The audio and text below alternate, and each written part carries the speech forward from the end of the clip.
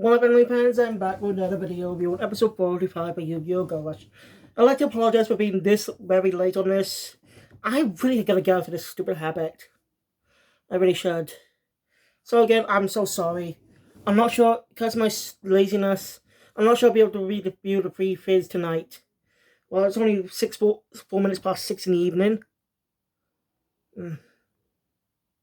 So...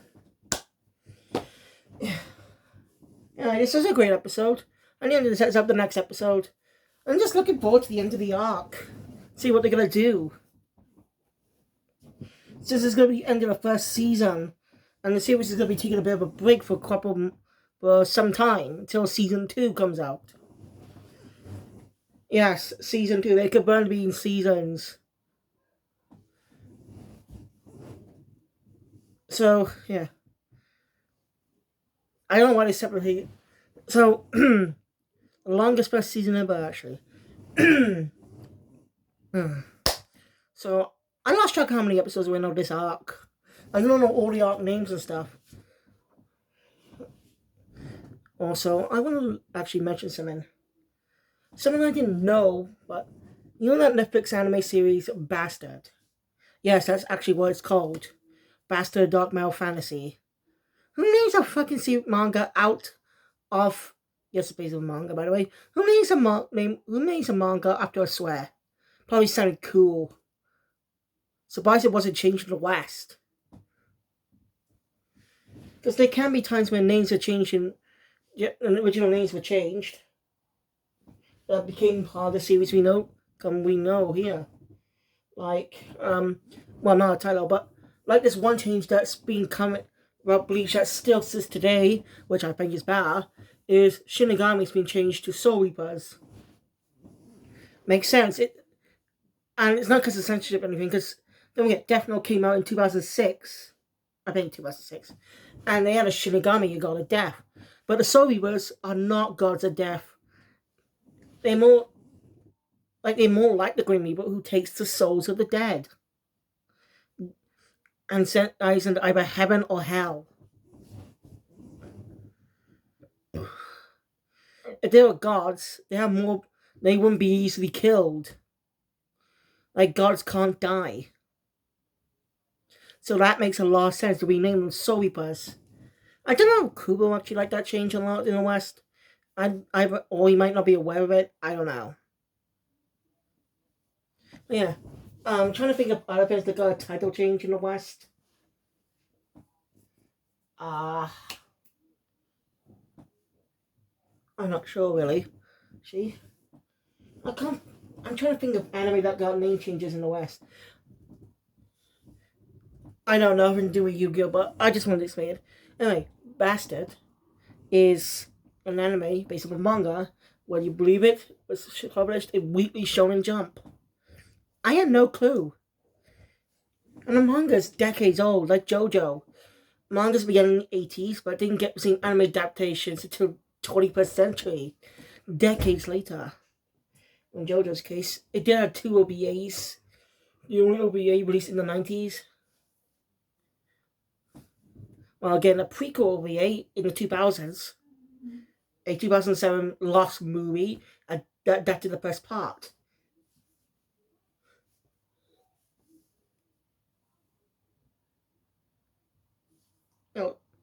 So, and the live action movie is not going to count. I think that came out in 2017, after part 4 was already done airing in Japan.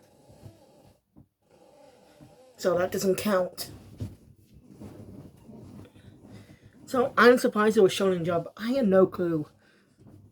I was going to watch it when I can, but now I'm definitely going to be watching it more. Because Shonen Jump, I'm more well known of. Like, Shueisha is still one of the biggest things ever. I only knew about Shonen Jump thanks to Yu-Gi-Oh! When I was a kid. Yeah, it was Yu-Gi-Oh! Is the reason I knew Shonen Jump. I heard the name Shonen Jump when growing up is because I've been watching the anime adaptations of Shonen Jump manga.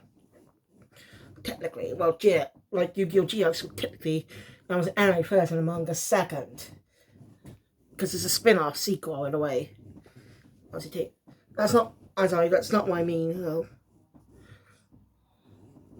What I meant was doing some episodes, doing some areas of the intro with the show. Doing some episodes areas, the intro had the word Shonen Jump's Yu-Gi-Oh! GX on top. Sometimes 4Kids did do that. How Shonen Jump on top of the animated dub that are Shonen Jump. Like Shonen King was published in Shonen Jump before being cancelled, but we continued in Kodansha to finish the story. Yeah, so it's more of a. By the way, if you're wondering if Shonen King's Shonen Jump or is it something else? It's more of a both. So yeah, I actually do plan to read the manga, watch the original anime, and the reboot. And continue watching Rurouni Kenshin, I promise. Just see how many episodes I got to watch. So we're gonna watch them in a few hours in my room. And I will continue my put. Yeah, I know. Nothing to do with this review. I just want to mention it. I do get off track sometimes, I'm sorry. I just want to try and manga my reviews on them. Yes, I don't talk about much other than the dueling. Actually, this project was announced months ago, by the way. I'm not sure if I mentioned this in my review, one of my episode reviews in Go Rush, but in order to honor the late Kazuki Takahashi, Dan Green and Eric Stewart, who played Yugi and Kaiba in Duel Monsters, will be doing a full double run of the manga. The original manga. That's right. It's a project they announced they're doing on Twitter. Look it up on. I'm sure there's a clip on YouTube or somewhere. But this is exciting news. And actually, sorry, just had to use the loo. Anyway, let's just get to Go Rush. I'm sorry it took so long. But just letting you know, I'm planning to review on season 1 of Bastard soon, before season 2 comes out. God. So I may do it on Tuesday. Just depends on when the next episode's coming out. Next season. I'll give that a look on Netflix later. Anyway, let's just get into the review. So the episode opens up with the head of the Doodly Discar. I really can't pronounce their names. Basically, head of the fleet that Julius and the others are in trouble with. Now, still not explaining why they decided to apprehend Julius in the first place. They don't give us a reason. They really don't give us a reason. I wish they did. Anyway.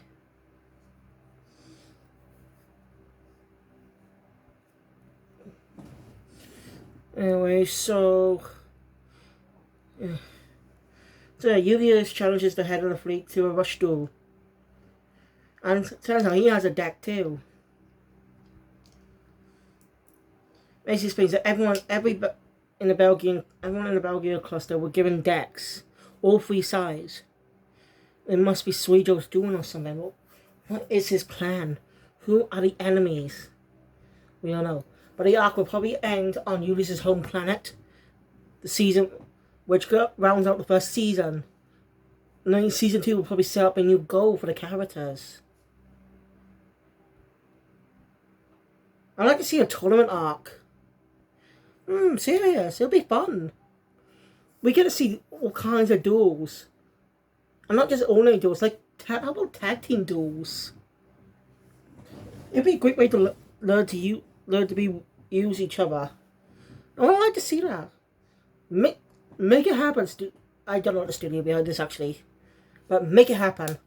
Make a double team tournament arc. I know tournament arcs aren't good, but it works well for Yu-Gi-Oh in a way. And we get to see all kinds of duels. We get to see duels that won't happen in a regular story. Like have it be a tournament arc, but similar to Naruto, it'll be interrupted by a main villain. And sometimes happens to freshen things up a bit. Dragon Ball also did that too with the tournament. I forgot what it was called really. basically a tournament that Goku and the others took place in for years, and their final story in it took place in the finals, but end up facing Majin Buu before the tournament is over.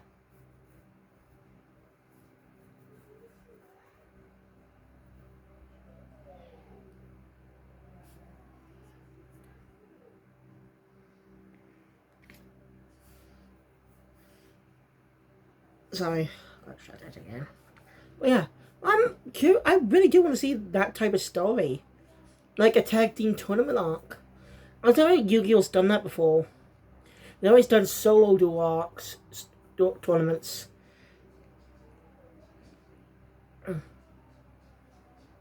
Now, Yu-Gi-Oh's first ever tag duel, that came in Season 2's Battle City arc. The Battle City arc was the best tag duel we ever saw. And I think the first one goes to Yugi and Kaiba.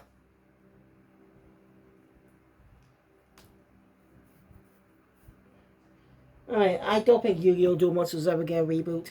For one, see the manga, possibly. They had to alter the story somehow to fit the Duel Monsters game in it. Since early chapters of the series, or just make it a prequel series, or set out the reboot.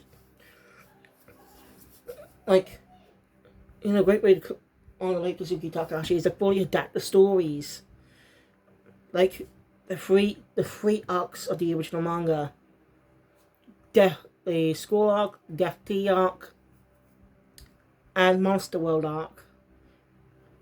Two of those, they were only adapted into a small handful of episodes during the battles in the Gold's Kingdom arc. Anyway, after this one of the videos up, I'm going to read more JoJo. Because I got to get through parts 4, 5, and 6.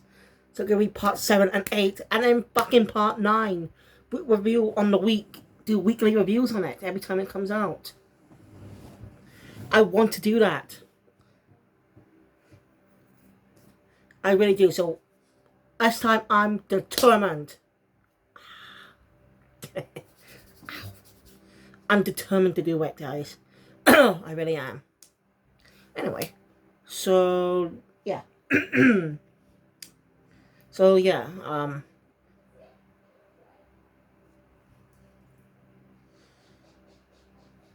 so, anyway, turns out the head of the fleet still kind of ripped off Doofenshmirtz a bit.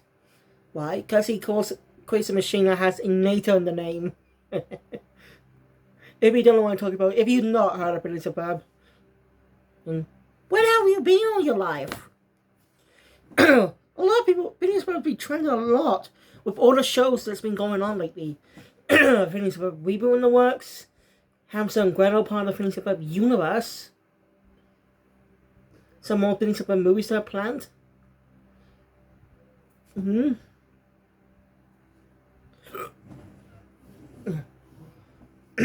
Anyway, The Wish Once is just a bit of the series until the final story. So, the season finale. He becomes a good guy. They always have plans to spin off the Yoko, but it's just, I'm not gonna go over that. I'll just talk about that show on my animation channel someday. Actually, I'll think about when I have more time. Sorry, 14 minutes in. Anyway, he just basically built a machine to help him decide by automatically flipping a coin. It's gonna be like, and the coin flips. Well, I'm not sure. So he agrees to the duel.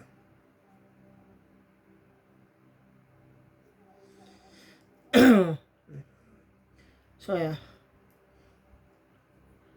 then what you do? I'm the biggest running gag 6. The guy is indecisive. Then the room just changes. No one seems to notice, by the way, but audience. I guess they were so focused on the duel they didn't notice. The room changes. The guy makes a decision. Time passes by. And you who actually age. Not rapidly aging Pen. They just age up to 28 years old. But I do like the 28-year look. I do like their look as 28-year-olds. I mean, they look actually pretty good. I like you with a ponytail. Just so cool. I know I keep bringing this up, but the whole thing set in the past is stupid bullshit. And this is an alternate past when the arrival of alien technology. That's my guess.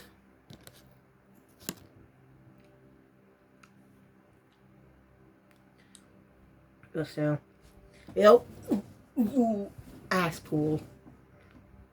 I try to imitate that. You know what I mean? I know. I said I like the 28-year-old looks. Not different, but yet different at the same time. Like Yui's face looks older. His eyes are more smaller a bit. You know? And his hair seems a lot more bigger.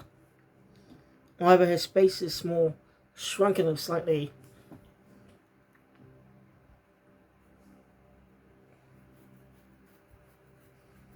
Maybe it's a secret that the Orutu wings are half alien. And everyone in UTS knew it. Because that's when the Ultraman knew he's boop, boop, boop. Alien detection hair. The ADH. ADH. Okay, that's I actually should use that abracadabra from now on if I remember right. That's just hilarious.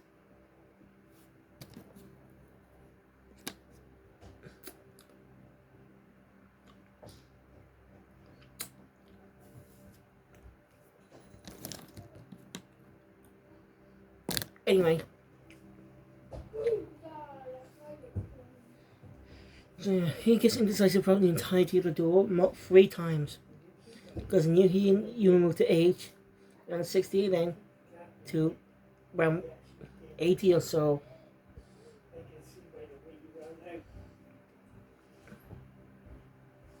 Or were they in 50s? I'm not sure. Yeah. But they finally realized they aged. They didn't even notice, did they?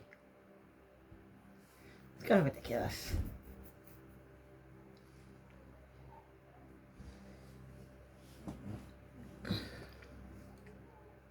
This should do.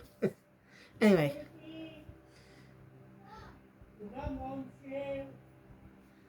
Anyway, Yumu points out the fact that he's so indecisive. Even he's self-aware about it.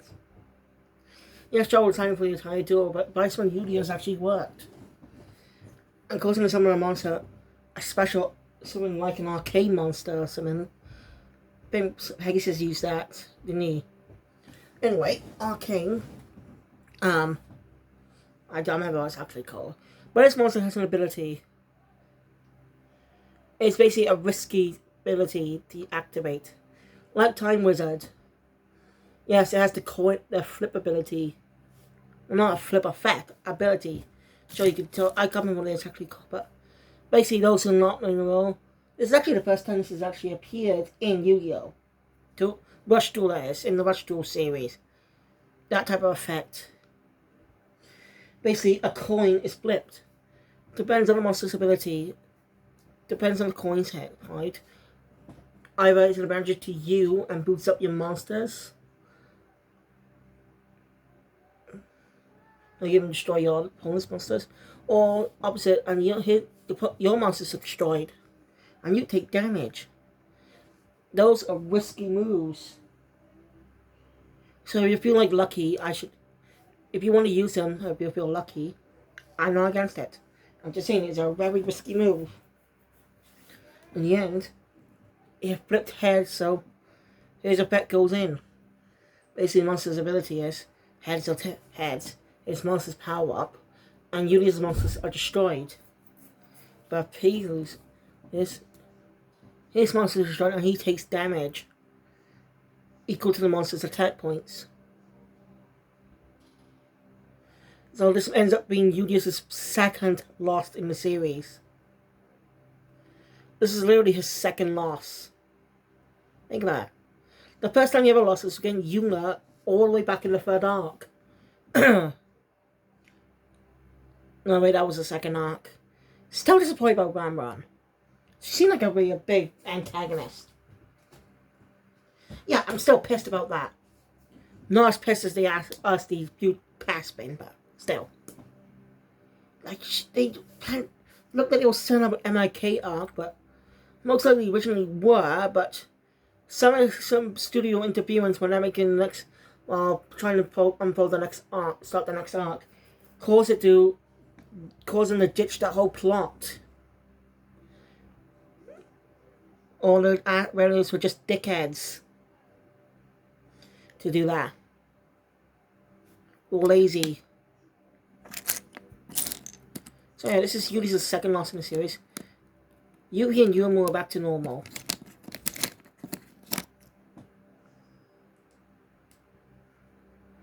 And now they gain a powerful new ally as they wave goodbye and head off. Asuka comments on this when she's alone with her bird friend. You know? And just then, they get Yuna warns them that someone is approaching the ship. Frozen looks at town. Meteor comes in and splits into 5 pieces, or many pieces, I don't know. And one of the ones that crushed is Ramran. Should I say Ramran? We do not know if she's still possessed by the Earth-Damar. We don't know what happened. That's a great cliffhanger hook for the next episode. Which will we get to which we'll be getting to tomorrow. Because this was late and it's Sunday. But anyway, thank you guys for watching. If you enjoyed my content, please hit the thumbs up button. Want to see more, subscribe channel, hit the notification bell. Be up to date on videos that come out in the future. I see you guys later on this channel for Ghost, Digimon, and Precure. I see you on my main channel for Kamen Rider. So thank you, I'll see you all next time. And make sure to comment down below what your anime recommendations for me. Thank you for watching. I'll see you all next time. I gotta love it. So Phoenix out.